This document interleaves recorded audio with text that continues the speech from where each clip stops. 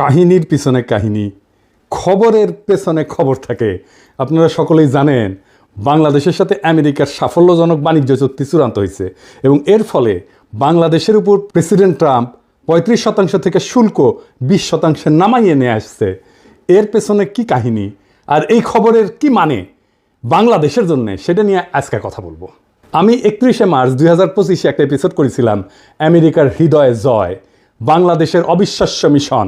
আজকের এই এপিসোড দেখার পরে যদি আরও টাইম থাকে তাহলে দেখবেন ওই আগের এপিসোড। এই বাণিজ্য চুক্তি ঠিক একই কৌশলে হয়েছে। যাই হোক, আসেন সেই পেছনের আলাপ আমরা আল্লাহর নামে শুরু করি। এখন প্রথমে আমেরিকার সাথে বাংলাদেশের কী সব বিষয় নিয়ে কথা হয়েছে সেটা দেখা যাক। প্রেসিডেন্ট ট্রাম্প এপ্রিলের 2 তারিখে যে সমস্ত দেশের সাথে আমেরিকার বাণিজ্য বৈষম্য আছে তাদের উপর তিনি ব্যাপক হারে শুল্ক বৃদ্ধির ঘোষণা দেন। এরপর পরই আমাদের প্রধান উপদেষ্টা প্রফেসর ইউনূস ট্রাম্পকে একটা পত্র লেখেন, এই নতুন শুল্কের প্রয়োগ 90 দিনের জন্য স্থগিত করার অনুরোধ করেন। এই যে এই চিঠিতে ট্রাম্প এই অনুরোধ গ্রহণ কইরা বাংলাদেশ সহ সকল দেশকে 90 দিন সময় দিয়ে বলেন যে এর মধ্যে তাদেরকে আমেরিকার সাথে চুক্তিবদ্ধ হইতে হবে এই মর্মে যে তারা বাণিজ্য বৈষম্য দূর করার বিভিন্ন কার্যকর পদক্ষেপ নেবে। বাণিজ্য বৈষম্য বলতে কি বোঝায় তা আপনারা জানেন। তাও বলি, আমরা আমেরিকায় যে পরিমাণে টাকার পণ্য রপ্তানি করি, আমেরিকা আশা করে আমরাও সেই পরিমাণে পণ্য আমাদের দেশে আমদানি করব। আমেরিকাও আমাদের দেশে রপ্তানি করতে চায় সেই পরিমাণে পণ্য। খুব স্বাভাবিক চাওয়া, তাই না? ন্যায্য চাওয়া। সেটা না হইলেই বাণিজ্য বৈষম্য হয়। ইন্ডিয়াও ওই একই কাজ করে আমাদের সাথে, মানে আমাদের দেশে বেচে 100 টাকা আর আমাদের দেশ থেকে কেনে 4 আনা জিনিস।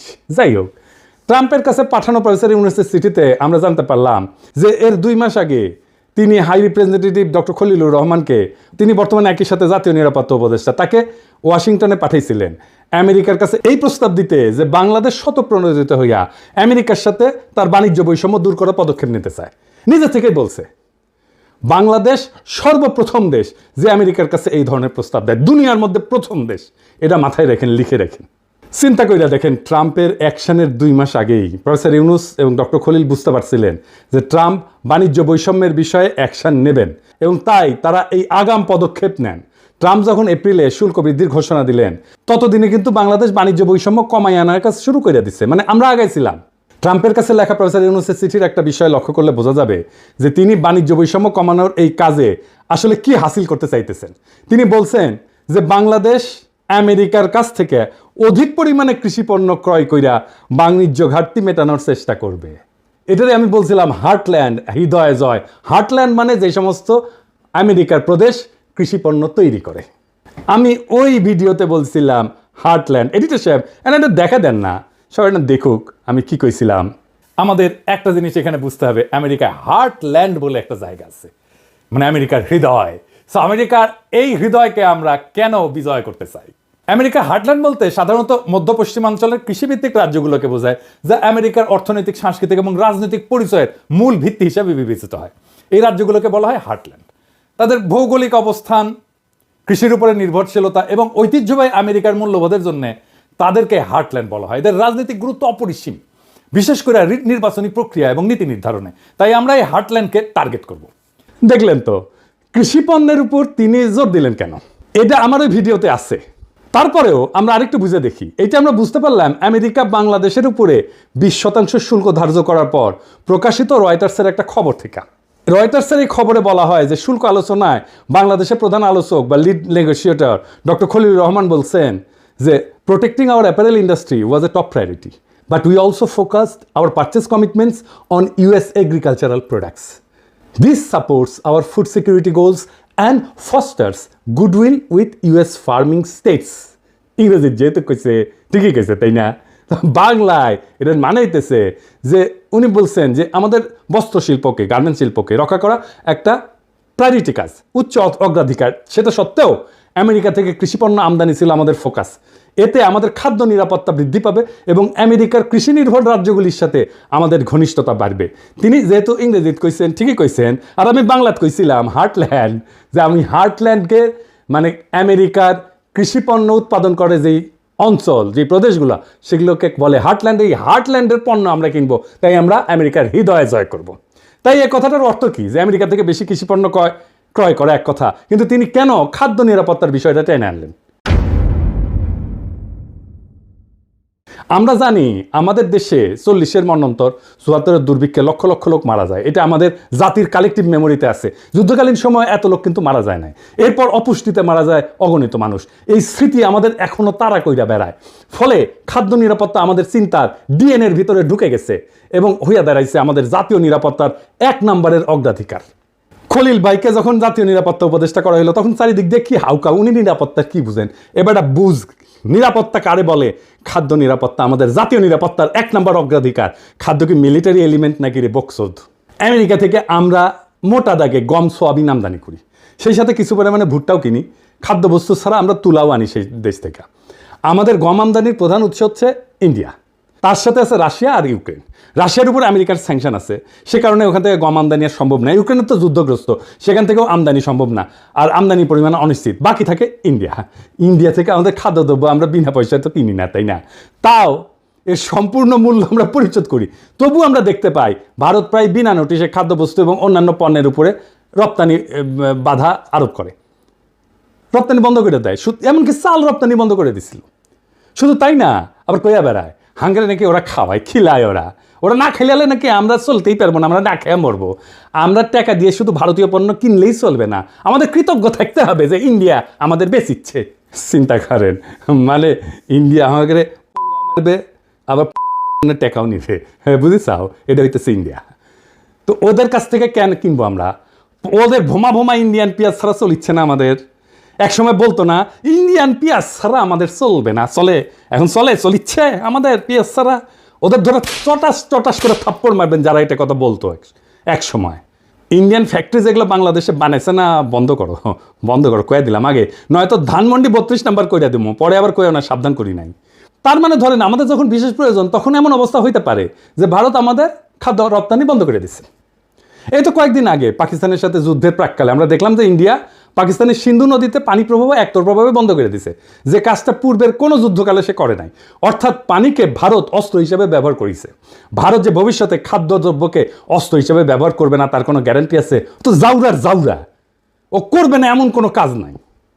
আমি মোটামুটি নিশ্চিত আমেরিকা থেকে অধিক পরিমাণে খাদ্যদ্রব্য আমদানি করার সিদ্ধান্তের পিছনে প্রফেসর ইউনুস এবং খলিল ভাই এই ভাবনাটাকে বিশেষ বিবেচনায় রাখছেন। ফলে ইন্ডিয়া আমাদের প্রয়োজনের সময় খাদ্য রপ্তানি বন্ধ কইরা আমাদের উপরে চাপ দিতে পারবে না। এই একই কথা তুলা আমদানির ক্ষেত্রেও প্রযোজ্য। বাংলাদেশকে টাইট দেওয়ার একটা বড় অস্ত্র এভাবে ভারতের হাত থেকে নীরবে সরাইয়া নিছেন প্রফেসর ইউনুস আর ডক্টর খলিল। সাবাস, বাঘের বাচ্চা। এইবার আমাদের তো পার্টি সং বাজানো উচিত। এডিটর সাহেব একটা পার্টি সং দেন। আমার বিশ্বাস প্রফেসর ইউনুস আর ডক্টর খলিল এই কাজগুলো করেছেন বাংলাদেশের স্বার্থ বিবেচনা কইরা। ভারতের ক্ষতি করা তাদের অবশ্য উদ্দেশ্য ছিল না, কিন্তু ভারতের যে ক্ষতি হইল সেটা তারা সারা জীবন মনে রাখবে। একে তো খাদ্যদ্রব্য রপ্তানি হঠাৎ করে বন্ধ করে আমাদের মতো বাংলাদেশকে বিপদে ফেলায় ভারত তার হীন স্বার্থ কখনো হাসিল করতে পারবে না। সেই সাথে ভারত আরও একটা বড় ক্ষতি হইল, বাংলাদেশে তার যে খাদ্যদ্রব্য এবং তুলার মার্কেট সেটা এখন অনেক ছোট হয়ে যাবে। ভারতের সাথে আমাদের যে বিশাল বাণিজ্য ঘাটতি ছিল সেটা অনেকটাই কমে যাবে। অর্থাৎ বাণিজ্য ঘাটতি কমাইতে ট্রাম্প যেটা দুনিয়ার সঙ্গে প্রকাশ্যে করতেছেন, প্রফেসর ইউনুস আর খলিল ভাই ভারতের সঙ্গে তলে তলে সেই কামটাই সারলেন, কিন্তু কেউ সেটা আগে ভাগে আন্দাজ করতে পারলেন না। এটারে কয় চাপা মায়ের হয়, এটাতে কিন্তু সাউন্ড হয় না। একই সাথে আর একটা ঘটনা ঘটলো, কি সেটা? আমেরিকার কৃষিপণ্যের লবি হইতেছে সেই দেশের সবচেয়ে শক্তিশালী লবি, মানে এই সমস্ত প্রদেশ কৃষিপণ্য তৈরি করে সেই প্রদেশগুলোর যারা এমপি মিনিস্টার আর কি, বুঝছাও? আমরা 18 কোটি বাংলাদেশি সহজেই আমেরিকার কৃষিপণ্যের একটা বৃহৎ বাজারে পরিণত হইতে পারি। আমরা যদি আমেরিকার এই সমস্ত পণ্যের বড় ক্রেতা হই, তাহলে এই যে লবি, যে সমস্ত জায়গায় কৃষিপণ্য তৈরি হয় সেই সমস্ত প্রদেশের এমপি মিনিস্টার মন্ত্রী, এদের সাথে, এদের লবির সাথে আমাদের নিবিড় ঘনিষ্ঠতা হওয়া সময়ের ব্যাপার। আর আমেরিকার যেসব রাজ্য কৃষিপণ্য উৎপাদন করে সেখানকার রাজনীতিতে, নির্বাচনে কৃষি লবি অনেকটা নির্ধারণী ভূমিকা পালন করে। ফলে এই সমস্ত রাজ্যের সিনেটর, কংগ্রেসম্যান, গভর্নরেরা কিছুকালের মধ্যেই আমাদের পকেটে থাকবে, আমাদের হাতের মধ্যে থাকবে। আমি আশা করি আগামীতে যারা নির্বাচিত হবেন তারা এই বিষয়টা বিশেষভাবে যত্নের সাথে খেয়াল করবেন, এটাকে নারিশ করবেন, এটাকে পুষ্ট করবেন, এই সম্পর্কটাকে ধরে রাখবেন, আরও সমৃদ্ধ করবেন। আমেরিকায় ভারতের যে প্রভাব সেটা সে নিজের প্রয়োজনে বাংলাদেশের বিরুদ্ধে ব্যবহার করতে পারে। আমাদের সাথে ঘনিষ্ঠ সম্পর্ক থাকলে আমেরিকার কৃষি লবি আমেরিকায় বাংলাদেশের বিরুদ্ধে ভারতের যে কোনো চক্রান্তকে নস্যাৎ করে দিতে পারবে, সেই শক্তি তাদের আছে। অর্থাৎ আমেরিকান কৃষি লবি আমাদের সঙ্গে থাকলে আমেরিকাকে ভারত আর বাংলাদেশের বিরুদ্ধে কাজে লাগাইতে পারবে না, এইটা লিখে রাখতে পারেন। ইতিমধ্যেই শুল্ক আলোচনার সময় আমেরিকার তুলা, গম এবং সোয়াবিনের লবি বাংলাদেশের সপক্ষে কাজ করছে এবং আমরা তার সুফল পাইছি, আপনারা তো দেখতেই পাইতেছেন। মোট কথা, ভারত বাংলাদেশের তার কৃষি পণ্যের বাজার শুধু হারাবে না, সেই সাথে বাংলাদেশের বিরুদ্ধে আমেরিকাকে ব্যবহার করার সুযোগ তার হাতে আর থাকলো না। এর থেকে নিশ্চয়ই বুঝতে পারতেছেন যে কি ধরনের দূরদর্শিতা নিয়ে নীরব কৌশলের সাথে প্রফেসর ইউনূস আর ডক্টর খলিল আমেরিকার সাথে আমাদের বাণিজ্য আলোচনার বিষয়টা বাংলাদেশের অগ্রাধিকারমূলক জাতীয় স্বার্থে আগাইয়ে নেওয়ার কাজে ব্যবহার করছেন। বাংলাদেশের এই কৌশলে ভারত আর কি বিপদে পড়ল? ভারত আমেরিকার কৃষি পণ্যের উপরে, মানে আমেরিকা থেকে ইন্ডিয়াতে যে সমস্ত কৃষি পণ্য রপ্তানি হয় তার উপরে 40% শুল্ক ধার্য করে। ভারতে কৃষি পণ্য উৎপাদনের খরচ আমেরিকার চেয়ে বেশি। চড়াহারে শুল্ক ধার্য না করলে আমদানি করা খাদ্যদ্রব্যের দাম স্থানীয়ভাবে, মানে ভারতে উৎপাদিত পণ্য কৃষি পণ্যের চাইতে কম হবে। অত্যধিক শুল্ক ধার্য কইরা বাইরের পণ্য আসতে না দিয়া ভারত কৃত্রিমভাবে আভ্যন্তরীণ কৃষি উৎপাদন বজায় রাখছে বছরের পর বছর ধরে। আমেরিকা কিন্তু বহুদিন ধরে ভারতকে শুল্ক কমানোর জন্য চাপ দিতেছিল, কিন্তু ভারত শুনে নাই। কারণ এতে ভারতের কৃষকেরা আন্দোলন করে শুরু করে দিবে, কৃষকের পণ্য বিক্রি হবে না। তো আমেরিকার সাথে ভারতের এইবারের শুল্ক আলোচনা ভেঙে যাওয়ার একটা প্রধান কারণ হইল ভারত কোনো অবস্থাতেই আমেরিকার কৃষি পণ্যের উপর শুল্ক কমাবে না, আর আমেরিকাও এই শুল্ক না কমাইলে ট্যারিফ কমাবে না। এখন বাংলাদেশ এই শুল্ক শূন্যে নামায় ফেলছে, শূন্য। তখন ট্রাম্প কসাই মোদিকে হেভি চাপ দিয়ে কইছে কিন্তু যে বাংলাদেশ শুল্ক শূন্যে নামাইতে পারছে, তুই কোন হরিদাস পাল যে তুই পারবি না। শুল্ক এবং অশুল্ক বাধা ব্যাপকভাবে না কমাইলে ভারত আমেরিকার কাছ থেকে কোনো ডিল পাবে না, লিখে রাখতে পারেন। ইতিমধ্যে প্রেসিডেন্ট ট্রাম্পের বাণিজ্য উপদেষ্টা ভারতকে আখ্যায়িত করছে মহারাজা অফ ট্যারিফ বইলা। দেখেছেন এটা? The math of this, every American needs to understand because it's related to the trade situation. You start with the fact that India is the Maharaja of tariffs. It's the highest tariffs in the world. তো ইন্ডিয়ার সমস্যা হলো কৃষি শুল্ক বিপুলভাবে কমাইলে সারা ভারতের কৃষক সমাজ একযোগে কষায় মধুর পাছার চামড়া তুলে ফেলবে। বুঝা দেখেন কষায় মোদি কি একটা পেজগির মধ্যে পড়িচ্ছে। ও কৃষি শুল্ক না কমাইলে ট্রাম্প $5 দিবে, ভারতের উপরে অলরেডি 25%-এর উপর আরো 25%, মোট 50% শুল্ক ধার্য কইরা ট্রাম্প ডলা দেওয়ার কাম শুরু করে দিছে। ডাবল ফোন মারা গাইছে। এডিটেড সাহেব পার্টি সং হবে এবার, সাকবুম সাকবুম। হাসিনা জিতে যায় না, সাগর শুকায় যায়। ওই খালি ধ্বংস, অভিশাপ আর দুঃসংবাদ বইয়া নিয়ে আসে। প্রিয় ভারতবাসী, রাখেন আরো বেশি দিন রাখেন, ডাইনিরে আশ্রয় দেন, আর অসাম্প্রদায়িক সেকুলার লিবারাল ফোন মারা খাইতে থাকেন। কি হইল এডিটর সাহেব, আপনি মাইন্ড করছেন মনে হয়, রাগিচ্ছেন কেন? আমি মুখ খারাপ করেছি? আমি কথা কইনি তো, আমি ফোন মারার কথা কইছি। হ্যাঁ, ডাবল ফোন মারা মানে ইনকে করে ডাবল ফোন মারা খাবি। আর আমরা গান গামু, ও যখন ডাবল ফোন মারা খাবি না তখন আমরা গান গামু, তোমার কোন কোন জায়গায় ব্যথা গো বাল্যহী ললিতা। আবার অন্যদিকে ভারতের কৃষকেরা হাতে মুগুর নিয়ে অপেক্ষা করতেছে, কসাই মোদি কৃষি শুল্ক কমাইলে মুগুরের বাড়ি একটা মাটির পড়বি না। ইন্ডিয়ার কৃষকরা কিন্তু বেশিরভাগই শিকড়ে কিন্তু তলোয়ার নিয়ে চলে, বেশি তেরিবেরি করলে কল্যাণ নামে দিবি একেবারে। আমেরিকার সাথে বাণিজ্য শুল্কের বিষয়ে বাংলাদেশ যে কি পদক্ষেপ নিতে যাচ্ছে এবং ভারতের জন্য সেটা যে কি ক্ষতির কারণ হইতে পারে, এই বিষয়টা কিন্তু ভারত মার্চ মাসের মধ্যে টের পেয়েছিল। তখন থেকেই তারা এই ডক্টর খলিলের বিরুদ্ধে ক্রমাগত অপপ্রচার চালানো শুরু করছে। তাকে খেতাব দিচ্ছে ডেঞ্জারাস ম্যান হিসেবে। সে তো অবশ্যই ডেঞ্জারাস ম্যান, ইন্ডিয়ার জন্য অবশ্যই সে ডেঞ্জারাস ম্যান। তার বিরুদ্ধে ভারতের মিডিয়ায় যে জঘন্য অপপ্রচার করছে সেটা পুনঃপ্রচার করছে বাংলাদেশের কতিপয় জঘন্য ভারতীয় এজেন্ট এবং বাংলাদেশের কিছু মিডিয়া। এই সমস্ত মিডিয়াকে আমরা চিনে রাখছি, এই সমস্ত মিডিয়ার পাছার চামড়া আমরা তুলে দেব, মাইন্ড ইট। এর মধ্যে প্রধান হইতেছে ওয়াকারের পথ বালক। সে আমাদের বাণিজ্য ডিল যেন না হয় সেজন্য নন ডিসক্লোজার এগ্রিমেন্ট এটা ফাঁস করে দিল। একটা জিনিস মাথায় রাখবেন, অ্যান্টি হাসিনা মানে কিন্তু অ্যান্টি ফ্যাসিস্ট না, অ্যান্টি ইন্ডিয়া না। ওয়াকারের পথ বালক হাসিনার শাসনের বিরুদ্ধে ছিল মানে সে ইন্ডিয়ার আধিপত্যবাদের বিরুদ্ধে না। ও যা যা করছে বা করতেছে সব কিছু এখন ইন্ডিয়ার পক্ষে যাইতেছে। আমি আপনাকে একটা সিম্পল একটা এক্সারসাইজ দিই। হ্যাঁ, ধরেন আগামীর বাংলাদেশ কেমন হবে সেটা আমাকে যদি লিখতে বলেন, আমি লিখলাম। ধরেন কি লিখবো সেটা আপনারা বুঝতে পারেন না। বাংলাদেশের সকল প্রগতিশীল 2-3% লোক ছাড়া সবাই সেটা মাইনে নেবে, গ্যারান্টি দিলাম। কারণ আমি কি রাষ্ট্র চাই সেটা আমার 1000-এর বেশি ভিডিও আছে। 20টার বেশি বই আছে, এটা তার নিশানা আছে। আর ওয়াকারের পথ বালক যে রাষ্ট্র বানাবে ওরে প্রস্তাব করতে বলেন সেই রাষ্ট্রে বাংলাদেশের সাধারণ মুসলমান থাকতে পারবে কিনা ইমান আকিদা নিয়া। যদি পারে আমি আমার কান কেটে কুত্তা দিয়ে খাওয়াবো। ও কি লিখছে রাষ্ট্র সম্পর্কে, রাষ্ট্র ধারণা সম্পর্কে, ওর ইডিওলজি সম্পর্কে সব লেখা আছে, চাই দরকার হলে দেখাই দেবো। ও কেমন রাষ্ট্র চায় সে সেটা নানা সময় বলছে, আমি আর বিস্তারিত গেলাম না। ওরে বাংলাদেশে স্পেস দেবেন না, ওরা সবসময় দাবরানির উপরে রাখবেন। ও বাংলাদেশের শত্রু, ও ইন্ডিয়ার একটা এজেন্ট, ও এটা ওয়াকারের পথ বালক। আপনি নিশ্চয়ই লক্ষ্য করছেন খলিল ভাই সমস্ত অপপ্রচারে পাত্তাই দেন নাই। উনি ঠান্ডা মাথার মানুষ, অবিচলভাবে তার কাজ চালাই গেছেন। আমি সবসময় দেখছি উনি কথা কম কাজ বেশি, এটাই হইলো তার কাজের ধরন। প্রফেসর ইউনূস কিন্তু পুরো সময়টাই খলিল ভাইয়ের উপরে তার আস্থা অক্ষুণ্ণ রাখছেন, আমরা খেয়াল করছি। কারণ তিনি জানতেন যে এই আলোচনা অত্যন্ত কঠিন এবং জটিল।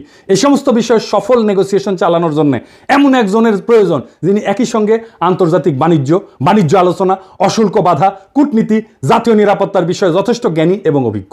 প্রফেসর ইউনূস ন্যাচারালি এই গুণগুলি পাইছিলেন একমাত্র ডক্টর খলিলের মধ্যে। কেন পাইছিলেন জানেন? আমি আগে বলছিলাম, আসেন আবার একটু দেখি। খলিল ভাই জাতিসংঘের বাণিজ্য এবং অর্থনৈতিক সংস্থা আংটাডের উচ্চ পদে দায়িত্ব পালন করছেন দীর্ঘ 25 বছর। অর্জন করছেন বাণিজ্য এবং বাণিজ্য আলোচনার গভীর জ্ঞান, বিস্তৃত অভিজ্ঞতা। 2001 সালে অনুষ্ঠিত জাতিসংঘের স্বল্পোন্নত দেশ সংক্রান্ত সম্মেলনের প্রোগ্রাম অফ অ্যাকশন রচনার দায়িত্ব পড়ে উনার হাতে। এই প্রোগ্রাম অফ অ্যাকশনের একটা বড় অর্জন ছিল স্বল্পোন্নত দেশগুলোর পণ্যসমূহকে ইউরোপিয়ান ইউনিয়ন কর্তৃক শুল্ক কোটাবিহীন অর্থাৎ duty free, quota free access দেওয়া, প্রবেশাধিকার দেওয়া।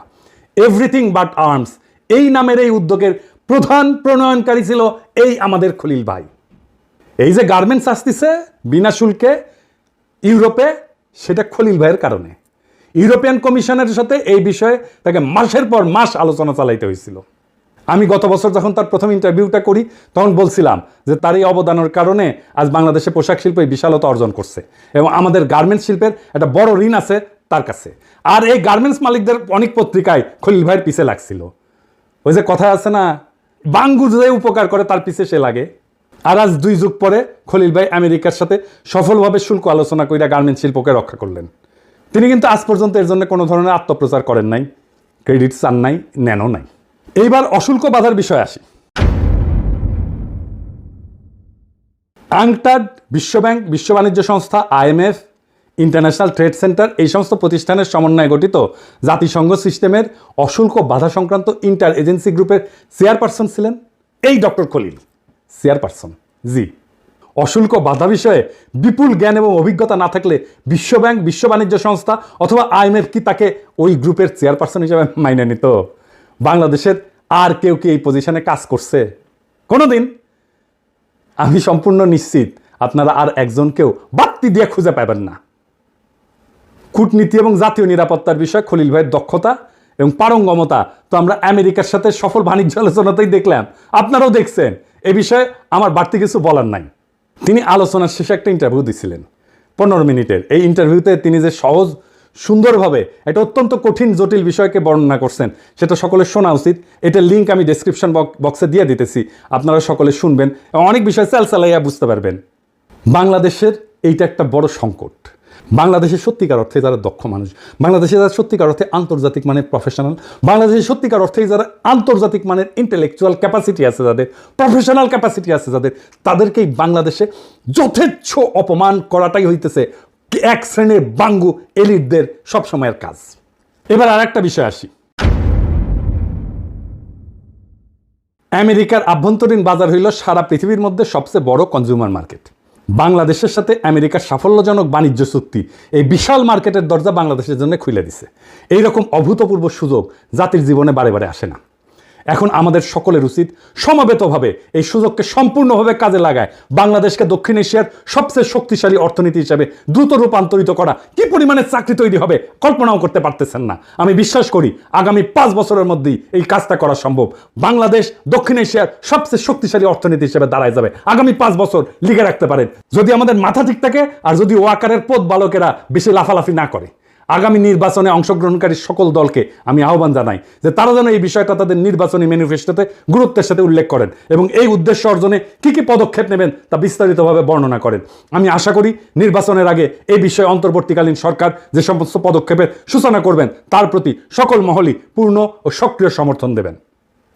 সবশেষে একটা কথা না বললেই না, আমেরিকার সাথে বাণিজ্য আলোচনার এই দ্বিতীয় রাউন্ডের আগে খলিল ভাইয়ের বড় ভাই অসুস্থ হয়ে ঢাকার এভার কেয়ার হসপিটালে ভর্তি হন এবং তাকে লাইফ সাপোর্টে রাখা হয়। আমরা জানলাম, খলিল ভাইকে জানানো হইল এবং খলিল ভাই দ্রুত ওয়াশিংটন থেকে ঢাকায় আসেন ভাইয়ের পাশে দাঁড়ানোর জন্যে। এইরকম একটা অবস্থায় আলোচনার দ্বিতীয় রাউন্ড শুরু হয় ওয়াশিংটনে দিনের বেলায়। বাংলাদেশ সারা রাত ধইরা খলিল ভাই অনলাইনে ওই মিটিংয়ে পার্টিসিপেট করতেন। একদিকে হাসপাতালে মৃত্যু পথযাত্রী বড় ভাই, অন্যদিকে 3টা-4টা রাত পর্যন্ত জায়গা খলিল ভাই নেগোসিয়েশন পরিচালনা করেন। কি অবস্থা দেখেন। আর এই খলিল ভাইকে নিয়ে কি করছে এই হারামজাদাগুলো সারা বাংলাদেশে। এই ফ্রেমওয়ার্ক এগ্রিমেন্টের 90 ভাগের উপরে ঐক্যমত হয় এই রাউন্ডেই। এই ধরনের গভীর কর্তব্যনিষ্ঠা, খাঁটি দেশপ্রেম আমি খুব একটা দেখি নাই। খলিল ভাইয়ের বড় ভাই পৃথিবীর মায়া ত্যাগ কইরা মহান আল্লাহ তাআলার কাছে ফিরে গেছেন এবং ভাবি, যিনি আমারও ভাই এবং ভাবি, ওনাদের জন্যে মহান আল্লাহ তাআলার কাছে দোয়া করবেন। এই পুরো ঘটনার ভিতর দিয়ে আমরা কি শিক্ষা পাইলাম? এই বাণিজ্য আলোচনা শুধু একটা সফল বাণিজ্য চুক্তির গল্প না, এটা কৌশল, দূরদর্শিতা, নিঃস্বার্থ দেশপ্রেমের এক উজ্জ্বল দৃষ্টান্ত। প্রফেসর ইউনুস এবং ডক্টর খলিল দেখাই দিচ্ছেন যে বড় জয় আসে তখনই যখন তার নীরবে, বুদ্ধিমত্তায় আর জাতীয় স্বার্থকে সামনে রেখে লড়া হয়। ভারতের হাত থেকে বাংলাদেশের উপরে চাপ সৃষ্টি করার দুইটা বড় অস্ত্র, খাদ্য এবং তুলা, তারা এক ঝটকায় সরাই নিলেন। একই সাথে আমেরিকার সবচেয়ে শক্তিশালী কৃষি লবিকে আমাদের মিত্রে পরিণত করলেন। আজ যারা এই চুক্তিকে শুধু পোশাক শিল্প রক্ষার সাফল্য মনে করতেছেন, তারা বুঝতে পারতেছেন না এটা আসলে বাংলাদেশের কৌশলগত মুক্তির একটা বিশাল বড় ধাপ। এটাই ইতিহাস গড়ার ধরন। প্রচারের আলোতে না, বরং নেপথ্যের ঘাম এবং ত্যাগে এই ইতিহাসগুলো গড়া হয়। যেমন খলিল ভাই হাসপাতালে লাইফ সাপোর্টে থাকা ভাইকে রেখা রাতভর আলোচনায় বসছেন, কারণ তিনি জানতেন এই সুযোগ হাতছাড়া মানে প্রজন্মের পর প্রজন্মের জন্য হার। বাংলাদেশ আজ এক নতুন দরজা খুলে দিছে। আমেরিকার বিশাল বাজার, বৈশ্বিক কৃষি লবি এবং ভারতীয় আধিপত্যের হাত থেকে কৌশলগত মুক্তি, সব মিলায় এটা আমাদের অর্থনৈতিক, রাজনৈতিক ভবিষ্যতের জন্য এক বিপুল সম্ভাবনার দ্বার। এখন প্রশ্ন একটাই, আমরা কি সবাই মিলে এই সুযোগকে কাজে লাগাতে প্রস্তুত? যদি প্রস্তুত হই, তবে আগামী 5 বছরের মধ্যেই বাংলাদেশ শুধু দক্ষিণ এশিয়া না, পুরো এশিয়ার এক শক্তিশালী অর্থনৈতিক শক্তি হিসেবে দাঁড়াবে ইনশাল্লাহ। এটাই সময় ঐক্যের, সাহসের আর দূরদর্শিতার। ইনশাল্লাহ এই পথের শেষ প্রান্তে অপেক্ষা করতেছে একটা স্বাধীন, শক্তিশালী, আত্মমর্যাদাশীল, সম্মানিত বাংলাদেশ। ইনকিলাব জিন্দাবাদ।